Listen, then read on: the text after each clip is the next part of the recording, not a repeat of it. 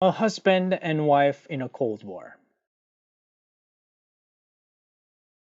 Anyone who hates a brother or sister is a murderer, and you know that no murderer has eternal life residing in him. 1 John 3:15. The van was full of deaconesses. The atmosphere was a bit high, with everyone chatting with one another and laughing out loud. That's why my husband threw in a joke. Everyone in the car laughed, everyone but me, because my pride was hurt. His intention was to make people laugh, but it hurt me instead. I was sitting in the passenger seat and he caught my stiffened face while driving. I was already a person of few words, and from then on I sealed my lips and only stared at the front. Feelings of disappointment surged up. Those feelings soon turned into hatred and resentment and brought back to me all the unpleasant moments with him. It was as if all the filthy sediments deep down inside of me had been stirred up. The feeling of anger began to grow. I thought, you are not getting away with this. Wait and see what happens when we get home. My husband, who had been living with me for decades now, knew about my characteristics better than anyone else. He sensed the coldness in me. He no longer made jokes, nor did he say anything at all. He just kept casting glances at me. Keeping my eye on his changing attitude, I became bolder and felt as if I was right to be angry with him. I'm not letting him get away with it.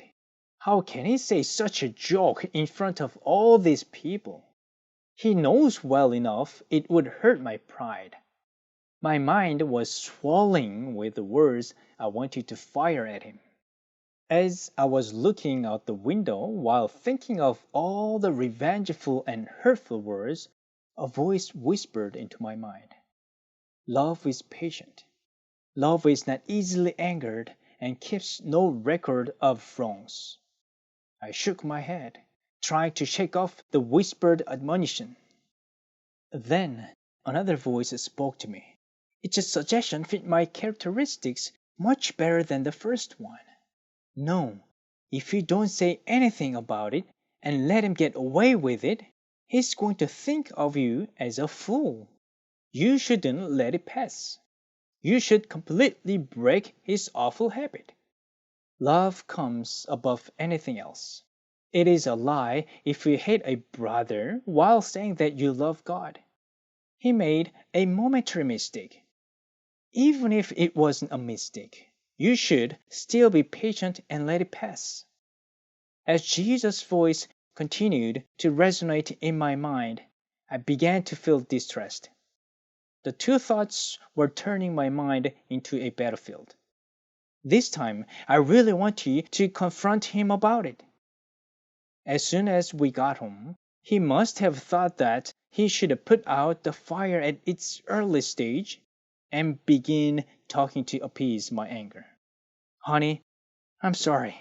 I'm really sorry about what I said in the car. Jesus said to me, smile and say that's okay. Accept his heartfelt apology. However, the God of the world told me something different. Don't say a word. Keep cold and completely ignore him. That is the best way to torment him. Listening to the voices of two gods, I struggled to make up my mind. In the end, I decided to give in to my genetically inherent sinful tendency and acquire the habit to choose to listen to the word of God. No matter what my husband said, I completely kept silent.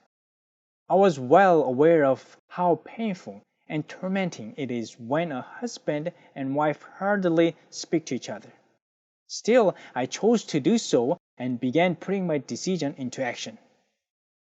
I opened the Bible. However, my heart was not touched by any of the words in the book. Black were the letters and white was the paper. That was all I could see. I couldn't grasp any of the meanings or teachings because of all the distracting thoughts in my mind. There was nothing else I could do other than to kneel down. However, I couldn't pray either. My prayers felt like they were stuck inside and not able to come out. I was facing the situation I had always been afraid of the most. What should I do? I am completely speechless and can't pray. I knew why my prayer was stuck. Yet, there was my pride and stubbornness which refused to recover the relationship with my husband, blocking the communication channel between God and me. I felt as if my blood were being dried up. What should I do? When a person becomes stubborn, they don't even shed tears. Into my mind, which had now been as stubborn as it could get, the Lord spoke again.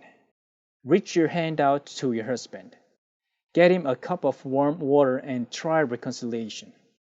Again, I struggled hard between the Lord and my nature, which still wanted to keep stubborn and refuse. I felt as if I was about to die from the unbearable distress. I came to think that it was meaningless to continue such a struggle. I had to make up my mind. I had to either reconcile with my husband or continue struggling with the Lord. It sure was a difficult decision, but in the end, I decided to choose the Lord. As soon as my mind was set, I put my decision into action because I was afraid that if I kept hesitating, my mind might get distracted, then weakened again and no longer want to recover the relationship. I went to the kitchen to get a cup of warm water for him. The husband and wife relationship is something that is truly strange and funny. As I drew close to him, he instantly sensed that the coldness in me had disappeared. When he saw a smile on my face, he began to speak first in a warm voice with a feeling of sincere remorse and regret. Honey, I'm sorry. You're truly a very special and precious person to me. Tears swelled up in my eyes. I also said to him, I'm sorry too. I was in such pain when I refused to accept your apology. Finally, we hugged each other. Then I could feel that the door of prayer opened up again. When I reopened the Bible, the words came to me as sweet as honey. Could there possibly be anything more painful than not being able to love? I earnestly pray that I will never hate my husband again because I will not be able to bear another terrible blockage of prayer.